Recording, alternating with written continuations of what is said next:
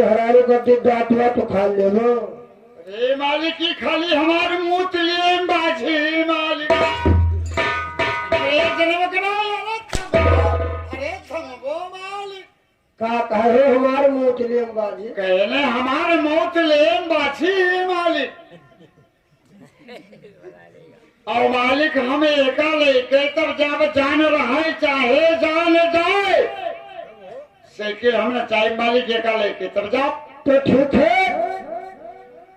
ठीक है अरे कहने नहीं ठहरेगा कहीं भैया भगवान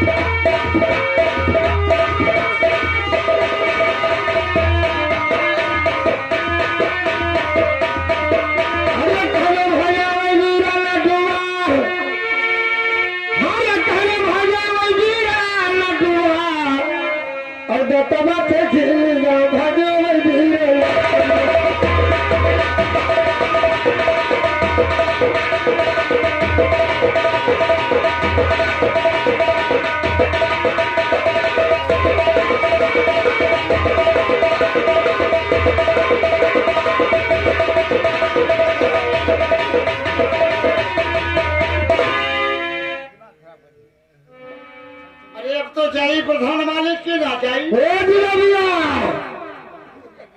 जिलेबिया रे! अरे फिर जब योगल घर रंग बदल भी अच्छा। चलिए अब तो चलबे कि ना चलबे। ठीक है यहाँ तो बुलाई थे बोलते। ठीक है बुलाओ प्रधान मालिक।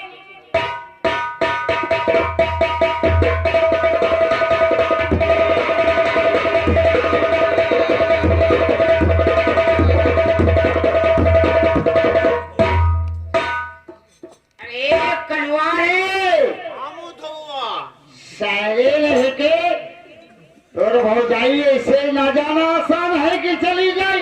अरे भौजाई का तो लड़के चला जाए रे भैया।